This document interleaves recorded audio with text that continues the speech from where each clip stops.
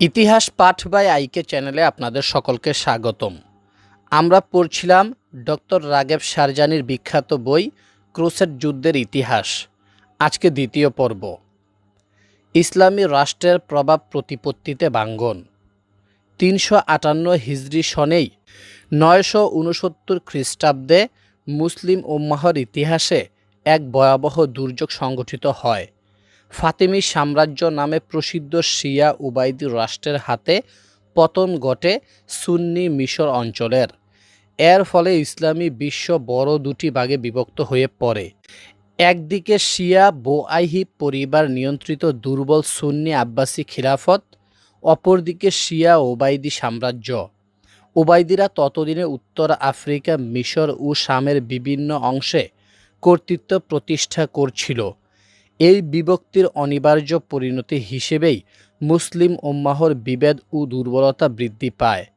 ফলে বাইজেন্টাইন সাম্রাজ্য ইসলামী ভূখণ্ডের বিভিন্ন অংশে নিয়মিত আক্রমণ হানার দুঃসাহস দেখাতে থাকে।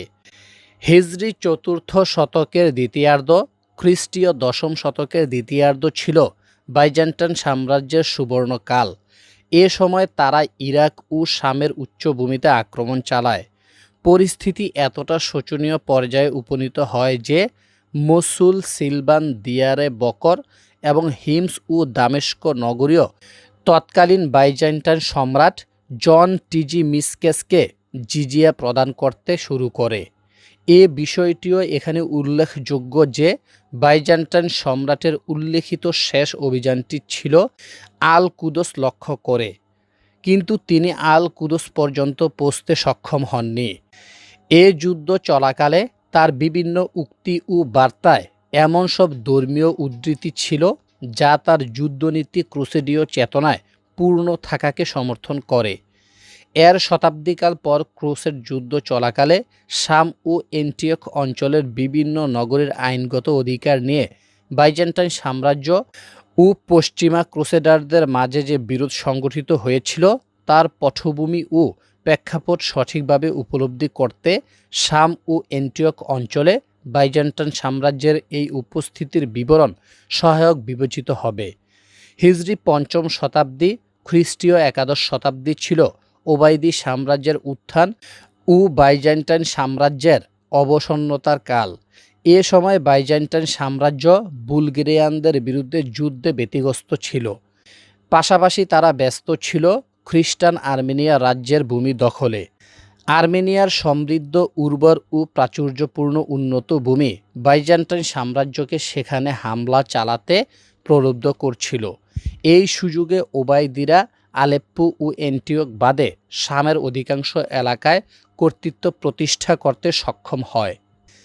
এই পঞ্চম হিজরি শতকেই সুবিস্তৃত ইসলামী শক্তি সেলজুক রাষ্ট্র আত্মপ্রকাশ করে।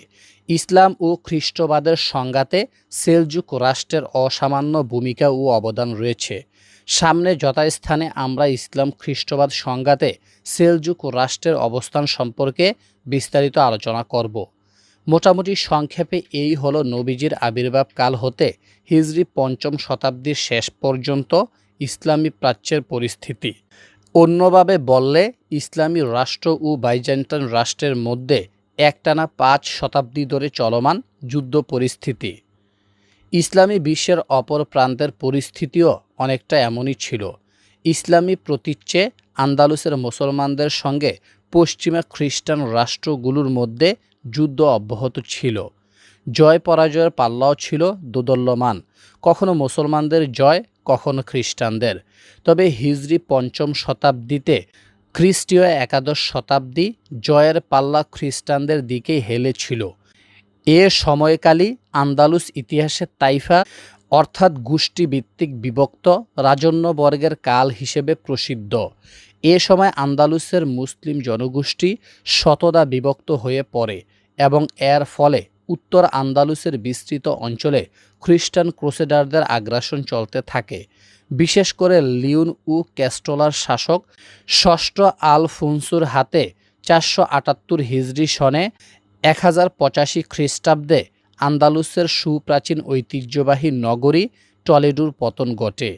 টলেডোর পতন ছিল উভয় শক্তির জন্যই এক আলোড়ন সৃষ্টিকারী ঘটনা। অবশ্য এই শতকের শেষাংশ ছিল মুসলমানদের জন্য সৌভাগ্যবাহী।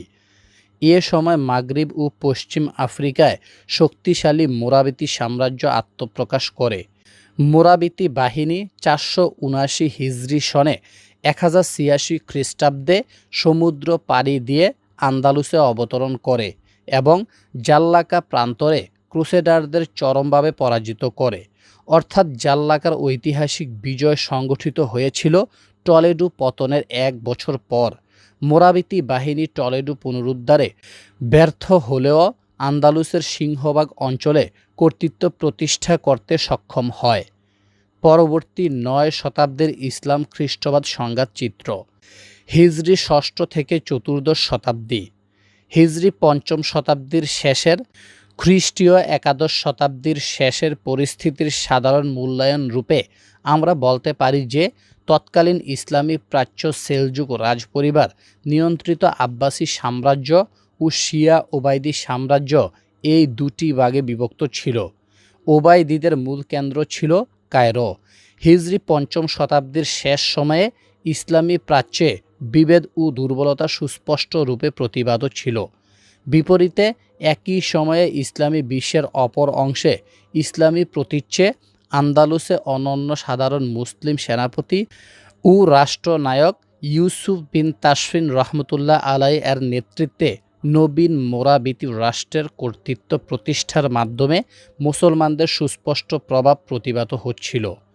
এ কারণেই হিজরি 5ম শতাব্দীর শেষ দিকে যখন পশ্চিম ইউরোপে ক্রুসেড আন্দোলন আত্মপ্রকাশ করে, তখন ক্রুসেডাররা মোরাবিতি নেতৃত্বাধীন শক্তিশালী ভূখণ্ড আন্দালুসের দিকে অগ্রসর হওয়ার পরিবর্তে তৎকালীন ইসলামী বিশ্বের দুর্বলতম অংশ ইসলামী প্রাচ্যে আক্রমণের পরিকল্পনা করে। পশ্চিম ইউরোপের ইতিহাসে এটি ছিল প্রথমবারের মতো ইসলামী প্রাচ্য অভিমুখী অভিযান পরিকল্পনা। ইনশাল্লাহ সামনে যথাস্থানে আমরা এই বিষয়টিও বিশ্লেষণ করব যে পশ্চিম ইউরোপ কেন নির্দিষ্ট করে এ সময়কালকেই ক্রুসেড অভিযানের জন্য বেছে নিয়েছিল। যাই হোক, এভাবে হিজরি 5ম শতাব্দীর শেষ দিকে ক্রুসেড যুদ্ধ শুরু হয় এবং হিজরি 7ম শতাব্দীর শেষ পর্যন্ত খ্রিস্টীয় 11দশ শতাব্দীর শেষ অংশ থেকে ত্রয়োদশ শতাব্দীর শেষ পর্যন্ত 200 বছরেরও অধিক সময় ধরে অব্যাহত থাকে। ইসলামী বিশ্বের বিবেচনায় বললে আব্বাসী খিলাফত, সেলজুক সাম্রাজ্য, এরপর একে একে জিনকি সাম্রাজ্য, আইয়ুবী সাম্রাজ্য ও মামলুক সাম্রাজ্যের সময়কাল পর্যন্ত হিংস্র ও বর্বর ক্রুসেড আগ্রাসন অব্যাহত ছিল। সামনে আমরা এই বিষয়টিও আলোচনা করব যে হিজরি 7ম শতাব্দীর শেষাংশে পশ্চিমা ক্রুসেডারদের বিতাড়ন এবং মুসলমানদের ইসলামী ভূমি পুনরুদ্ধারের মাধ্যমে ক্রুসেড আগ্রাসনের সমাপ্তি ঘটে। অপরদিকে ইসলামী প্রতীচ্যে 591 হিজরি সনে 1194 খ্রিস্টাব্দে ক্রুসেড শিবির যদিও মোরাবিতি সাম্রাজ্যের উত্তরাধিকারী মুয়াওহিদি সাম্রাজ্যের কাছে আন্দালুসের আরিক প্রান্তরে সংগঠিত যুদ্ধে পরাজিত হয়, কিন্তু হিজরি 7ম শতাব্দীর প্রথমাংশ ছিল আন্দালুসে ক্রুসেডারদের দৃশ্যমান অগ্রগতির কাল। 609 হিজরি সনে 1212 খ্রিস্টাব্দে ইকা প্রান্তরের যুদ্ধে ক্রুসেডার বাহিনী মুয়াওহিদি বাহিনীকে পরাজিত করে।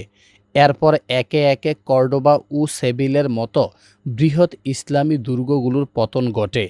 হিজরি 7ম শতকের শেষাংশে পরিস্থিতি এই দাঁড়ায় যে প্রতীচ্যে ইসলামের অস্তিত্ব দক্ষিণ আন্দালুসের ক্ষুদ্র গ্রানাডা রাষ্ট্রে সীমাবদ্ধ হয়ে পড়ে। গ্রানাডা অবশ্যই এরপরও প্রায় 250 শতাব্দী ইসলামী পরিচয় ধারণ করে বিশ্ব মানচিত্রে টিকে ছিল। আন্দালুস ইতিহাসের গুরুত্বপূর্ণ যুদ্ধসমূহের ক্ষেত্র। হিজরি 7ম শতকের শেষাংশেই আত্মপ্রকাশ ঘটে উসমানী সাম্রাজ্যের। পশ্চিমা ক্রুসেডারদের প্রস্থানের পর দৃশ্যপটে বিদ্যমান খ্রিস্টান শক্তি বাইজেন্টাইন সাম্রাজ্যের বিরুদ্ধে সশস্ত্র সংগ্রামের ঝান্ডা ওসমানী সাম্রাজ্যই বহন করেছিল। হিজরি 8ম শতাব্দীতে খ্রিস্টীয় 14দশ শতাব্দীতে এশিয়া মাইনরের অঞ্চলগুলোতে ওসমানীদের বিজয়াভিযান অব্যাহত ছিল। অপরদিকে আন্দালুস, সুনির্দিষ্ট করে বললে গ্রানাডা, পরিস্থিতি ছিল তুলনামূলক স্থিতিশীল। হিজরি নবম শতাব্দী খ্রিস্টীয় পঞ্চদশ শতাব্দী ছিল বাইজেন্টাইন সাম্রাজ্যের বিরুদ্ধে ওসমানীদের অব্যাহত যুদ্ধের শতক। এ যুগের যুদ্ধাভিযানের কাছে এক সুমহান বিজয়ের গৌরব মুকুট। 1857 হিজরি সনে 1453 খ্রিস্টাব্দে ওসমানী সুলতান মুহাম্মদ আল ফাতিহের হাতে বাইজেন্টাইন সাম্রাজ্যের রাজধানী কনস্টান্টিনোপল বিজিত হয় এবং এর মাধ্যমে মুসলমানদের সামনে পূর্ব ইউরোপে ছড়িয়ে পড়ার পথ উন্মুক্ত হয়। হিলাল সালিব সংঘাতের পূর্ব ফ্রন্টের এই সুমহান বিজয় যদিও সমকালীন মুসলিম বিশ্বকে আনন্দে উদ্বেলিত করেছিল, কিন্তু এই নবম হিজরি শতকেই খ্রিস্টীয় পঞ্চদশ শতাব্দীতে ঘটে অত্যন্ত বেদনাদায়ক এক ঘটনা। 1897 হিজরি সনে 1491 খ্রিস্টাব্দে পতন ঘটে পশ্চিম ফ্রন্ট তথা আন্দালুসে মুসলমানদের সর্বশেষ দুর্গ গ্রানাডার। এর ফলে 800 বছরের অধিক সময় পর আন্দালুস থেকে মুসলমানরা পুরোপুরি বিতাড়িত হয়ে পড়ে। ওসমানী সাম্রাজ্য যদিও আন্দালুসের মুসলমানদের উদ্ধারের প্রচেষ্টা চালিয়েছিল, কিন্তু তাদের সেই প্রচেষ্টা সফল হয়নি। এর অন্যতম কারণ ছিল একদিকে পূর্ব ইউরোপের বিরুদ্ধে, অপরদিকে ইরানের শিয়া সাফাবিদের বিরুদ্ধে ওসমানীদের লাগাতার যুদ্ধব্যস্ততা। হিজরি দশম শতাব্দী খ্রিস্টীয় ষোড়শ শতাব্দী ছিল পুরোপুরি ওসমানীদের। এ শতাব্দীতে ওসমানীদের বিজয়াভিযান ইউরোপের প্রায় মধ্যভাগে পৌঁছে যায়। প্রথম সেলিম ও সোলাইমান আল কানুনির শাসনামলে ওসমানী বাহিনী বাইজেন্টাইন সাম্রাজ্যের অধিকাংশ অঞ্চলকে ইসলামী সাম্রাজ্যের অন্তর্ভুক্ত করতে সক্ষম হয়। Greece, Albania, Yugoslavia, Hungary, Bulgaria প্রভৃতি অঞ্চল ইসলামী সাম্রাজ্যের অন্তর্ভুক্ত হয়। মুসলিম অভিযাত্রীরা পৌঁছে যায় অস্ট্রিয়ার রাজধানী ভিয়েনায়। ভিয়েনার শাসক এ সময় ওসমানী সাম্রাজ্যকে জিজিয়া প্রদানে সম্মত হন। এ শতকেই স্পেন ও পর্তুগাল উত্তর আফ্রিকার রাষ্ট্রসমূহ জবরদখলের চেষ্টা চালায়, কিন্তু তাদের অধিকাংশ প্রচেষ্টাই সফল হয়নি। স্পেন অবশ্য 987 হিজরি সনে 1580 খ্রিস্টাব্দে মাগরেবের কাছ থেকে সিউডা ও মেলিলা দ্বীপ কেড়ে নিতে সক্ষম হয়। দ্বীপ দুটি বর্তমানেও স্পেনের দখলে আছে। হিজরি একাদশ শতকে খ্রিস্টীয় সপ্তদশ শতাব্দীতে ইউরোপে ওসমানী সাম্রাজ্যের প্রতিপত্তি দুর্বল হতে শুরু করে। এ সময় বিভিন্ন যুদ্ধে ইউরোপের কিছু দেশ ওসমানী সাম্রাজ্যের বিরুদ্ধে জয়লাভ করতে সক্ষম হয়। পশ্চিম প্রান্তে এ সময় স্প্যানিশ ও পর্তুগিজদের অগ্রগতি দৃশ্যমান হতে থাকে। অবশ্য ওলন্দাজদের সাফল্য ছিল তাদের চেয়েও অধিক। এর পরবর্তী 3 শতক অর্থাৎ হিজরি দ্বাদশ, ত্রয়োদশ ও চতুর্দশ শতক, খ্রিস্টীয় অষ্টাদশ, ঊনবিংশ ও বিংশ শতাব্দী ছিল সম্পূর্ণই ক্রুসেডারদের। একদিকে ইংল্যান্ড ও ফ্রান্সের এবং অপরদিকে রাশিয়ার উপর্যুপরি আঘাতে ওসমানী খিলাফত এ সময় ক্রমান্বয়ে দুর্বল হতে থাকে। ইংরেজ, ফরাসি, রুশ ও চীনা ভারতীয় আগ্রাসনে ইসলামী বিশ্বের অধিকাংশ রাষ্ট্রের পতন ঘটে। পাশাপাশি ইংল্যান্ডের সহায়তায় ইহুদিরা ফিলিস্তিনে গড়ে তোলে নিজেদের স্বতন্ত্র আবাসভূমি। আপনারা শুনছিলেন ডক্টর রাগিব শারজানির বিখ্যাত বই ক্রুসেড যুদ্ধের ইতিহাস। আজকে দ্বিতীয় পর্ব শেষ হলো। ধন্যবাদ সবাইকে।